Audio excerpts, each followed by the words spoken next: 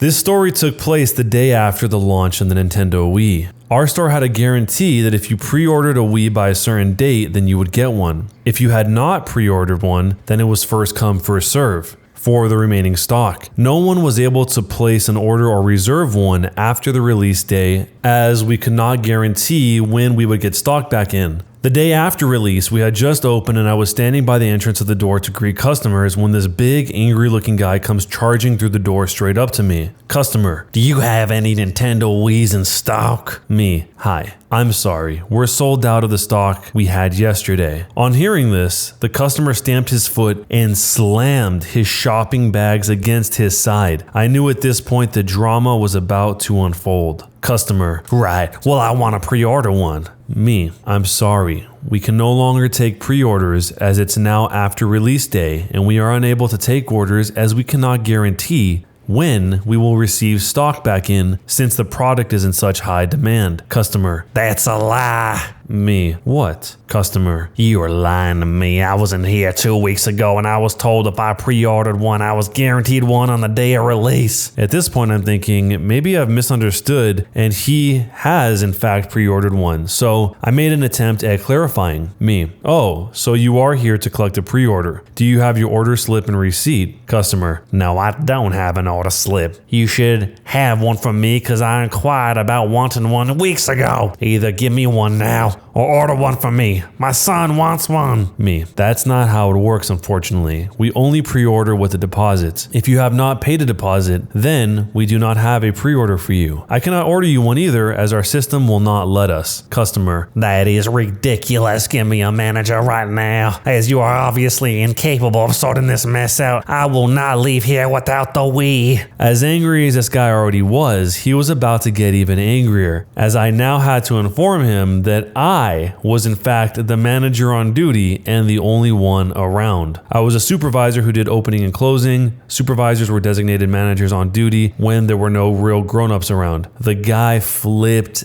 out, pointing his finger at my face, calling me a liar, telling me there is no way some little girl was a manager. Just as I was starting to worry this guy was about to physically assault me, something wonderful happened. I felt something brush over the top of my shoulder from behind, and suddenly the customer's face dropped and he was being dragged towards the door. Unbeknownst to me, our security guard had just come on shift and was just entering the shop floor when he heard the customer screaming at me. He walked straight up from behind, grabbed the guy by his neck, and dragged him outside backwards, telling him, "You're done." Once a month, the guy stood between me and the security guard, almost foaming at the mouth with rage for a good minute before turning and storming out of sight. My first thought on this whole story is I thought that most security guards were instructed not to touch customers, but in this case the security guard grabbed him by the neck and dragged him, I guess. Maybe that's an exaggeration, but somehow got him outside the store. It's got to be so frustrating on the launch of a new console and somebody's demanding something that you just physically do not have. It's not the person at the store's fault that they don't have the stock that is available. They might not have known how crazy demand would be, or even if they did know how big the demand would be, that doesn't mean they can just get more if they're not being manufactured, kind of like in the modern day with the PS5. It is pretty hilarious that he thinks that by inquiring about the pre-orders that that's the same thing as actually having a pre-order, and that just by asking how pre-orders worked, that he would somehow have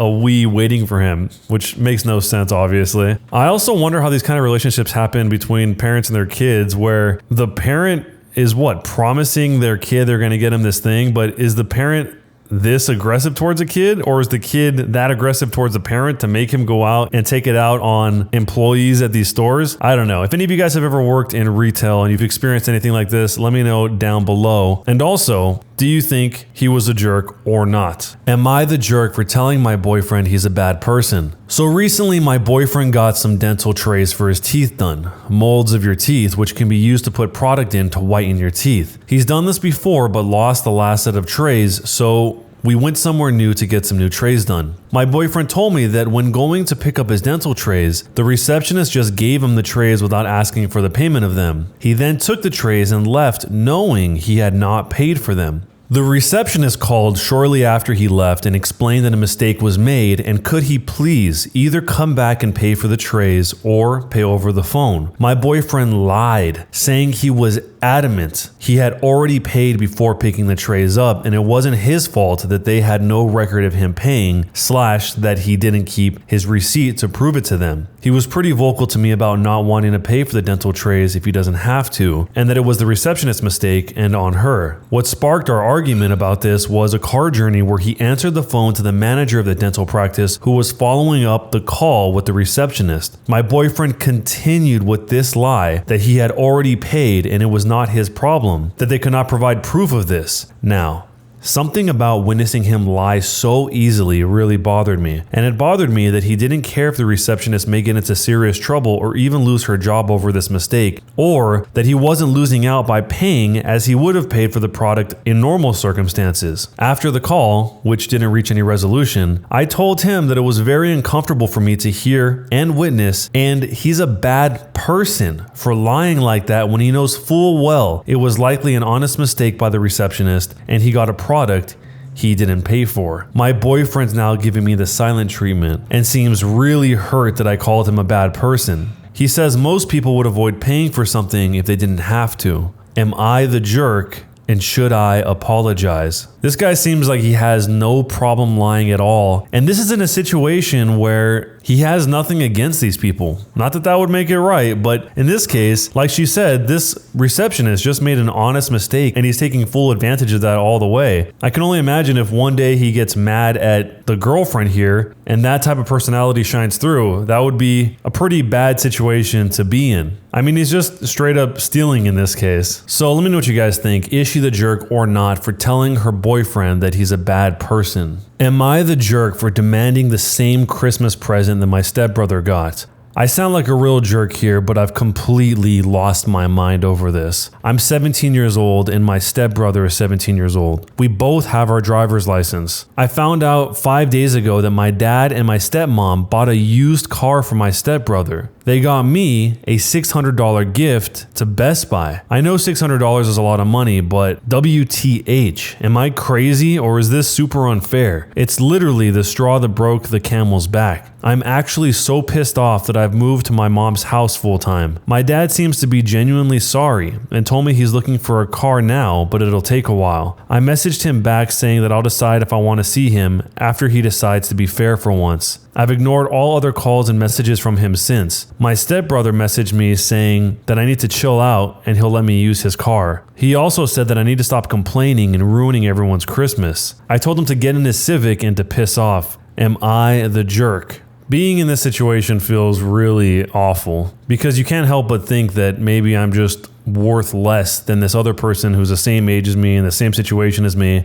But it makes me very curious as to what the parents here, the dad and the stepmom's logic was when they were coming to this conclusion that we'll give him a gift card and him an actual car. Like, what reason would there be not to just have them both share the car? I think even if the parents get a second car for him, he's probably going to continue to feel hurt because now he knows that their first instinct for something this big is to give the stepbrother the priority in terms of their thoughtfulness on the whole thing. And he gets whatever the remainder is if he has to bring it up and make them feel bad. But from the sounds of it, it looks like the dad's at least looking into getting him a car, which is better than him just saying, nah, you're not going to get anything. I think it's probably hard to see at that point in time because you feel hurt and angry, but making time to actually sit down with his dad and his stepmom and explain why he was hurt by this is probably one of the more important things to come out of it rather than just give me the car, because in that case, I don't think the parents really learn anything. But let me know what you guys would do if this was you in this scenario. And is he the jerk for demanding the same Christmas present as his stepbrother?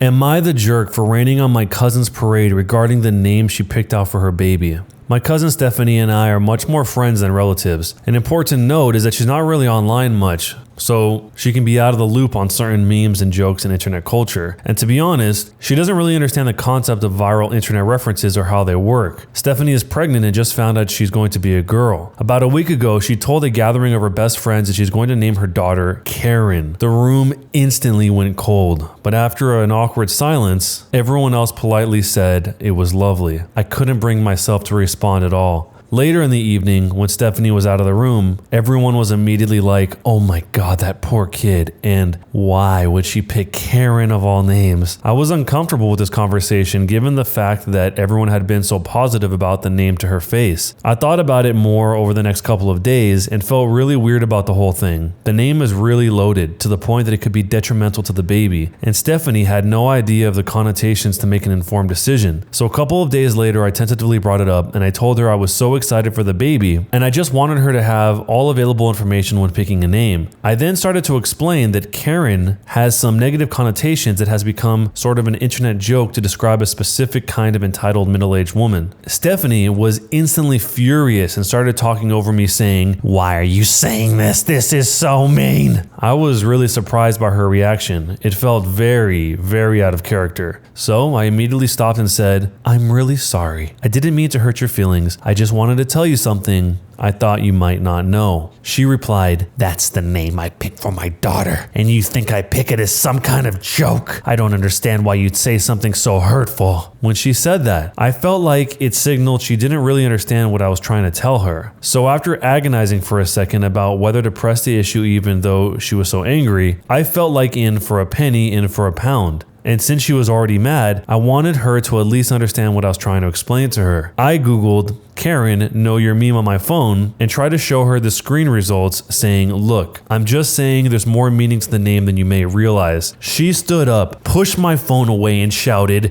"Wow!" She then stormed out of my home and drove away. My aunt and mom have been berating me all week because Stephanie told them I made fun of her baby name. Stephanie has not spoken to me or responded to my texts since. I can take a hint, and I'm not going to broach the topic again that caused so much distress. But I keep going back and forth on whether I was the jerk here by bringing it up in the first place. So, am I the jerk?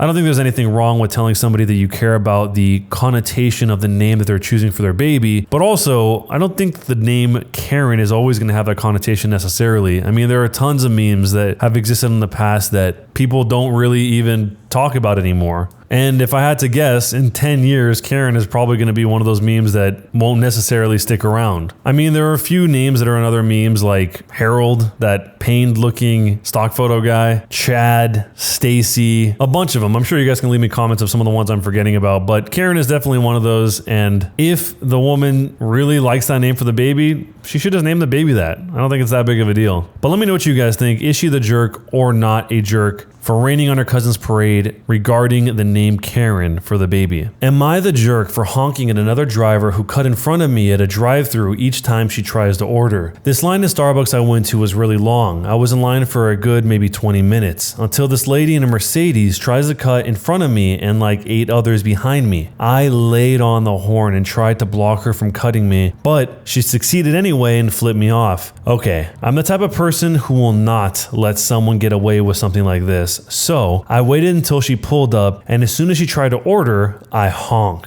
She then looks at me with a dirty look and gives me the finger, which I already had a middle finger of my own ready for her. Each time she makes an attempt to order something, I honk and sometimes lay on the horn for 3 seconds. We stopped as soon as she drove off. We then ordered and went about our day. I just can't get people who are extremely rude like that lady, and I simply couldn't let this go. Am I the jerk for this? See, the problem with this is, yes, you did let her know she couldn't get away with it without any repercussions at all, but it's not only just affecting her. Everyone else around you has to hear this honk, and the people that I feel the most bad for are the people that are working at Starbucks, specifically the person that has to wear the little headset that has a microphone that has to hear an amplified horn at close range multiple times over and over again. I feel bad for that person because they didn't do anything, but yet they have to suffer the same outcome as the lady who cut 8 people off. And the punishment the OP decided on was kind of meh for the lady in the Mercedes, because really what it's doing is making the order take longer. She's trying to give her order and they keep honking, so she has to probably keep repeating herself. But let me know what you guys think. A jerk or not a jerk for honking at a driver who cut in front of her and 8 other people at a Starbucks?